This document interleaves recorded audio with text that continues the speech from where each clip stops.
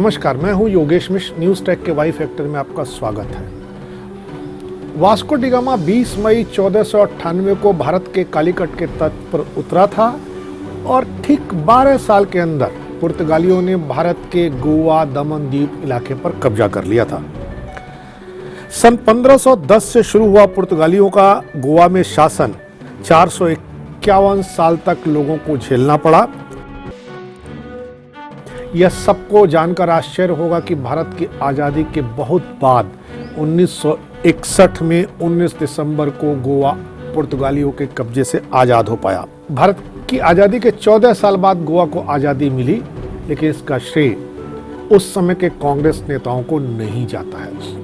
इसका श्रेय डॉक्टर राम मनोहर लोहिया को जाता है, जिन्होंने भारत की आज़ादी के बाद लगातार गोवा की आज़ादी के लिए संघर्ष जारी रखा और अपनी लड़ाई तेज रखी। 1954 में फ्रांसीसी पांडिचेरी छोड़कर चले गए, मगर गोवा आज़ाद नहीं हो सका।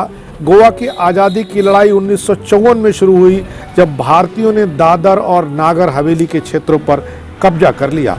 इसकी शिकायत पुर्तगाल शासन ने द हेग स्थित इंटरनेशनल कोर्ट ऑफ जस्टिस से की। 1960 में इस कोर्ट का फैसला भारत के खिलाफ आ गया। कोर्ट ने गोवा पर पुर्तगालियों के कब्जे को जायज ठहराया। इसके बाद भारत सरकार ने गोवा सरकार से लगातार बातचीत करनी शुरू की। 1 सितंबर 1955 को भारत ने गोवा में मौजूद अपने कॉन्सुलेट को बंद कर दिया। इसके लिए गोवा, दमन और दीव के बीच में ब्लॉकेट कर दिया।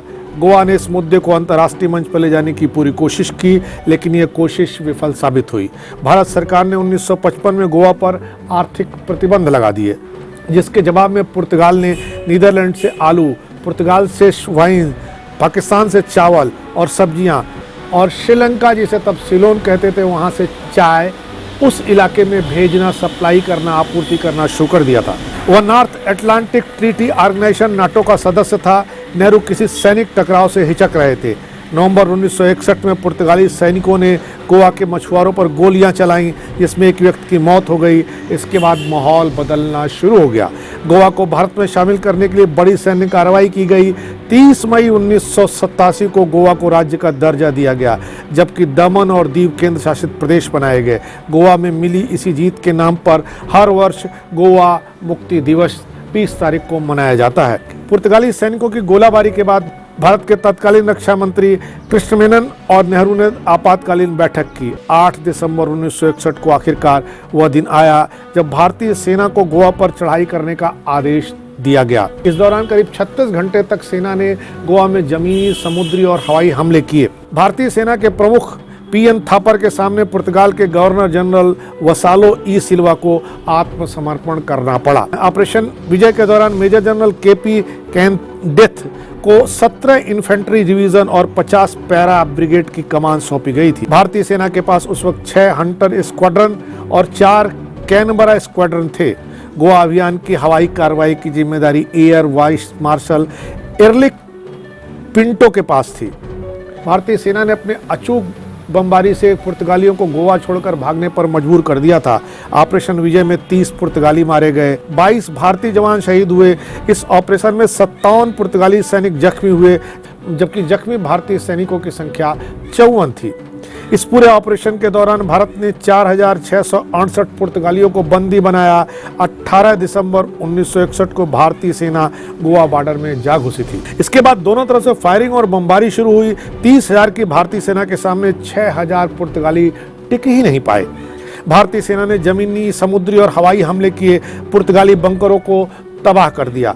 भारतीय वायुसेना ने डबोलिम हवाई पट्टी पर बमबारी की। पुर्तगालियों के लिए निर्णायक हमला साबित हुआ। उन्होंने हथियार डाल दिए। इस तरह गोवा आज़ाद हुआ। पर गोवा की आज़ादी में राम मनोहर लोहिया का प्रयास भुलाया नहीं जा सकता है। सन 1946 में लोहिया अपने मित्र डॉक्टर जूलियाओ मेनेंजेस के निमंत्रण पर गोवा गए थे। वहाँ उन्हें पता चला कि पुर्तगालियों ने किसी भी तरह की सार्वजनिक सभा पर रोक लगा रखी है। गोवा में लोगों के पास किसी भी तरह के नागरिक अधिकार नहीं है। लोहिया ने 200 लोगों को जमा करके पहली बैठक की, जिसमें तय किया गया कि नागरिक अधिकारों की बहाली के लिए आंदोलन छेड़ा जाएगा। 18 जून 1946 को लोहिया ने पुर्तगाली प्रतिबंध को पहली बार चुनौती दी। तेज बारिश के बावजूद उन्होंने अपनी एक जनसभा को संबोधित किया, जिसमें उन्होंने पुर्तगाली दमन के विरोध में आवाज उठाई। उन्हें गिरफ्तार कर लिया गया, मडगांव की जेल में रखा गया। महात्मा गांधी ने अपने पत्र हरिजन में लेख लिखकर पुर्तगाली सरकार के दमन की कड़ी आलोचना की। लोहिया की गिरफ्तारी पर गांधी जी ने सख्त बयान दिया। पुर्तगालियों ने माहौल गर्माता देखकर लोहिया को गोवा के सीमा से बाहर ले जाकर के छोड़ दिया। रिहाई के बाद यह प्रतिबंध लगाया गया कि लोहिया 5 साल तक गोवा में प्रवेश न कर सकें, लेकिन वे अपना काम कर चुके थे। पुर्तगाली दमन से परेशान गोवा के हिंदुओं और कैथोलिक ईसाइयों ने भारतीय स्वतंत्रता संग्राम से प्रेरणा ली, खुद को संगठित करना शुरू कर दिया। गोवा से पुर्तगालियों को हटाने के काम में एक क्रांतिकारी दल सक्रिय था। उसका नाम था आजाद गोमांतक दल।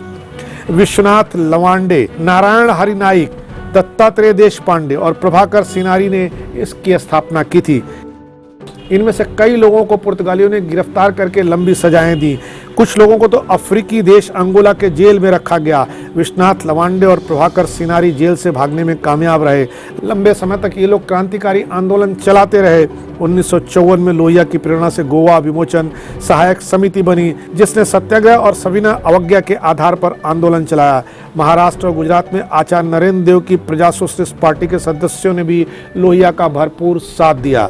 लोहिया के कई युवा समाजवादी शिष्य गोवा की आजादी के आंदोलन में कूद पड़े, जिसमें मधुलिमे का नाम प्रमुख है, जिन्होंने 1955 से 57 के बीच 2 साल गोवा की पुर्तगाली जेल में बिताए। गोवा क्षेत्र में छोटा जरूर था, लेकिन रणनीतिक तौर पर काफी अहम था। छोटे आकार के बावजूद यह व्यापार का बड़ा केंद्र था। यहाँ पर विदेशी व्यापारी काफी आते थे। इसकी भौगोलिक स्थिति की वजह से मौर्य, सातवाहन और भोज राजवंश भी इसकी तरफ आकर्षित हुए। गोवा पर काफी समय तक बहमनी सल्तनत और विजयनगर साम्राज्य की हुकूमत चलती रही। गोवा के लंबे इतिहास की शुरुआत 3री सदी ईसा पूर्व से होती है, जब वहाँ मौर्य वंश के शासन की स्थापना हुई। बाद में 1ली सदी के शुरुआत में इस पर कोल्हापुर के सातवाहन वंश के शासकों का अधिकार स्थापित हो गया। फिर बादामी के चालुक्य शासकों ने इस पर वर्ष 580 से 750 तक राज्य किया। इसके बाद के सालों में इस पर कई अलग अलग शासकों ने अपना अधिकार जताया। वर्ष 1312 में गोवा पहली बार दिल्ली सल्तनत के अधीन हुआ, लेकिन उन्हें विजयनगर के शासक हरिहर प्रथम द्वारा यहाँ से खदेड़ दिया गया। अगले 100 साल तक विजयनगर के शासकों ने यहाँ शासन किया। 1469 में गुलमर्ग के बहामी सुल्तान द्वारा फिर से इसे दिल्ली सल्तनत का हिस्सा बनाया गया। बहामी शासकों के पतन के बाद बीजापुर के आदिल शाह का यहाँ कब्जा हुआ, जिसने गोवा वेल्हा को अपनी दूसरी राजधानी बनाया। इस शहर पर मार्च 1510 में अल्फांसो द अल्बुकर्क के नेतृत्व में पुर्तगालियों का आक्रमण हुआ। गोवा बिना किसी संघर्ष के पुर्तगालियों के कब्जे में आसानी से आ गया। पुर्तगालियों को गोवा से दूर रखने के लिए यूसुफ आदिल खान ने हमला किया। शुरू में उन्होंने पुर्तगाली सेना को रोक तो दिया, बाद में अल्बुकर्क द्वारा बड़ी सेना के साथ लौटे। एक दुस्साहसिक प्रतिरोध पर विजय प्राप्त कर उन्होंने शहर पर फिर से कब्जा कर लिया। एक हिंदू तिमोजा को गांव का प्रशासक नियुक्त किया गया। गोवा पूर्व दिशा में समूचे पुर्तगाल साम्राज्य की राजधानी बन गया। इसे लिस्बन के समान ही नागरिक अधिकार भी दिए गए। 1575 से 1600 के बीच यह उन्नत के सर्वोच्च शिखर पर पहुंचा। 1809 से 1815 के बीच नेपोलियन ने पुर्तगाल पर कब्जा कर लिया। पुर्तगाली 1510 में भारत आए थे।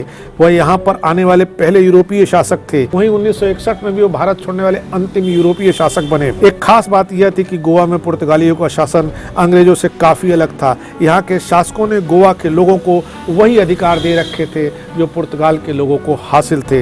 वैसे उच्च वर्ग के हिंदू और ईसाइयों के साथ अमीर लोगों को कुछ विशेष अधिकार भी गोवा में प्राप्त थे। पुर्तगाली शासन ने अमीर लोगों को दे रखे थे।